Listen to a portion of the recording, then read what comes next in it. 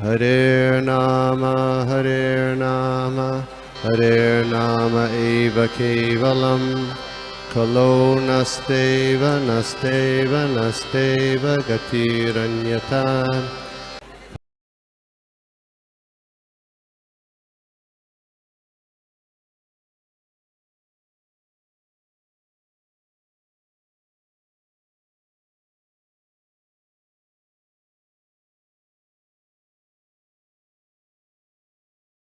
सर्वस्य चाहं हृदि सन्निविष्टो मत्तः स्मृतिर्ज्ञानम् अपोहनं च वेदैश्च सर्वैः अहमेव वेद्यो वेदान्तकृत वेदविदेव चाहम।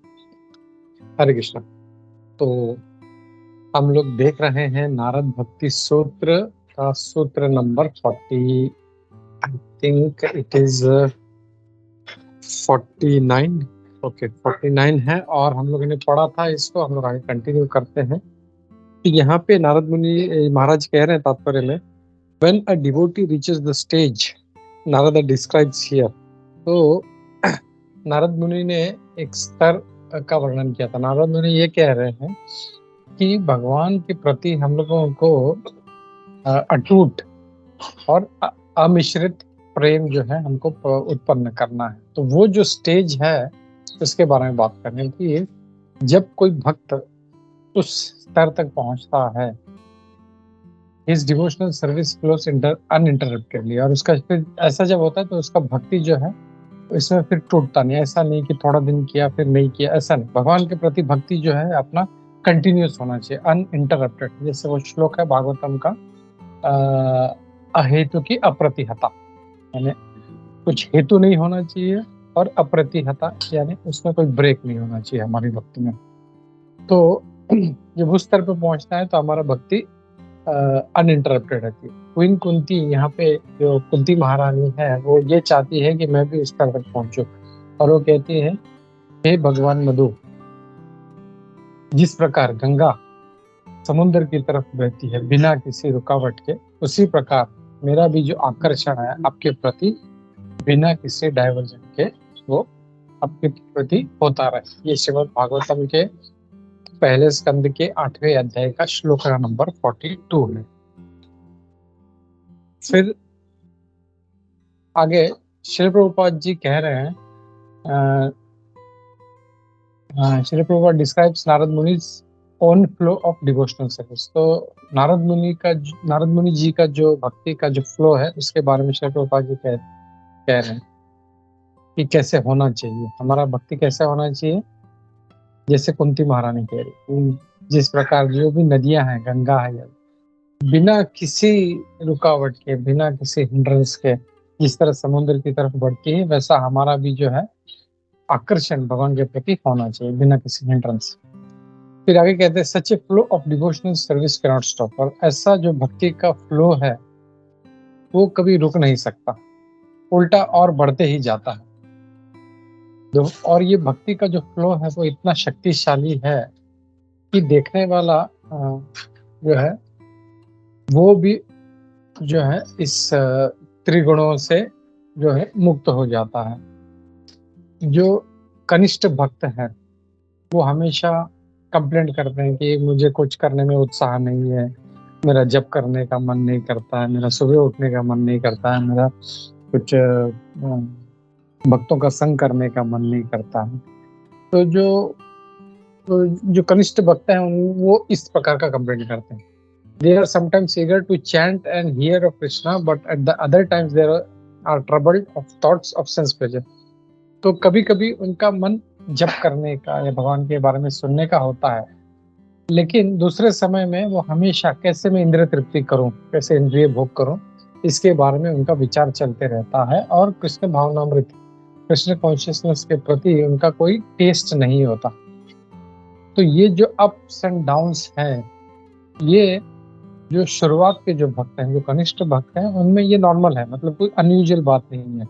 तो ऐसे कभी कभी भगवान का कथा सुनने का मन करता है, कभी इंद्र तृप्ति करने का मन, तो ये जो बिगिनर्स हैं उनमें नॉर्मल बात है। तो लेकिन यहाँ पे ये हमको ध्यान रखना है कि ये बिगिनर्स की बात हो रही है, जो काफी टाइम से हैं, जो उन्नत भक्त हैं, उनके लिए नहीं है। Every soul's original state is to experience a spontaneous flow of love of God.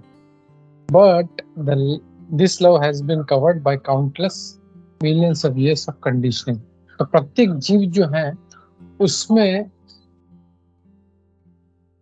वो जो है अपने वास्तविक स्वरूप में भगवान का जो प्रेम है वो इस तरह एक्सपीरियंस कर सकता है, लेकिन कई करोड़ों वर्षों से उसका जो कंडीशनिंग हो रहा है इस माया की वजह से, उसके कारण वो कवर हो जाता है उसका ये प्रेम.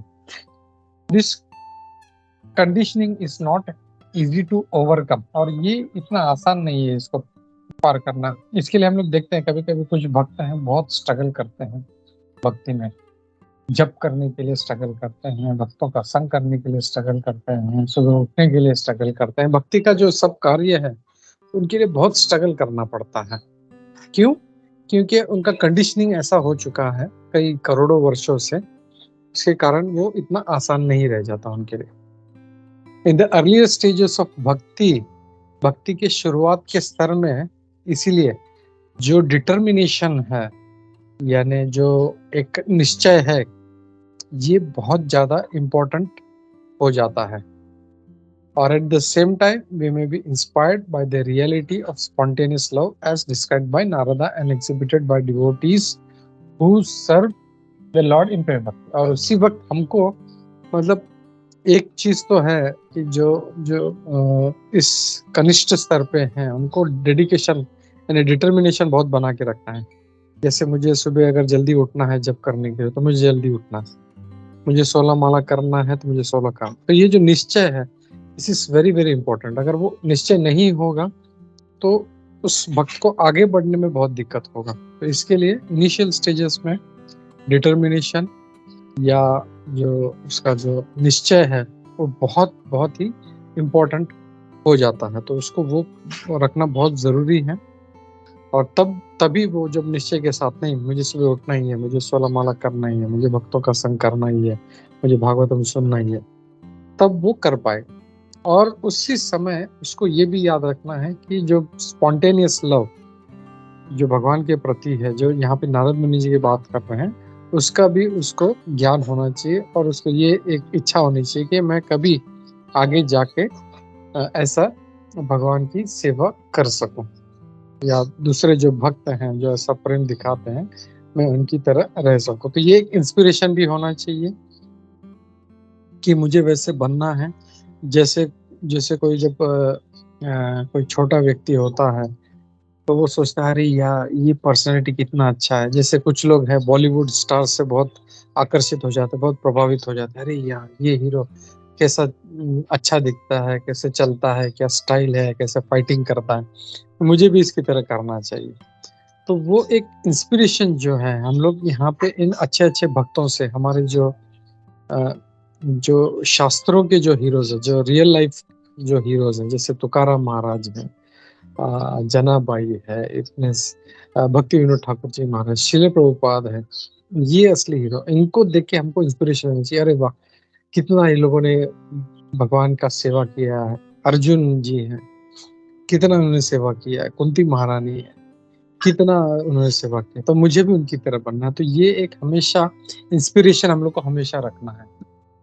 तो यहाँ पे नारद मुनि जी ये कह रहे हैं, यहाँ पे ये श्लोक सूत्र नंबर 49 यहाँ पे खत्म होता है. किसी का कोई प्रश्न है, कोई कमेंट है या कोई डाउट है तो हम ले सकते हैं. हरे कृष्णा.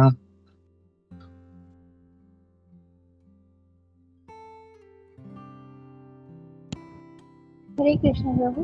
मेरा तो अभी कोई क्वेश्चन नहीं है प्रभु, बहुत सुंदर समझा है. तो क्वेश्चन अभी मुझे क्वेश्चन नहीं है प्रभु. हरे कृष्ण. थैंक यू माता जी. ठीक है, नहीं है तो हम लोग आगे बढ़ते हैं.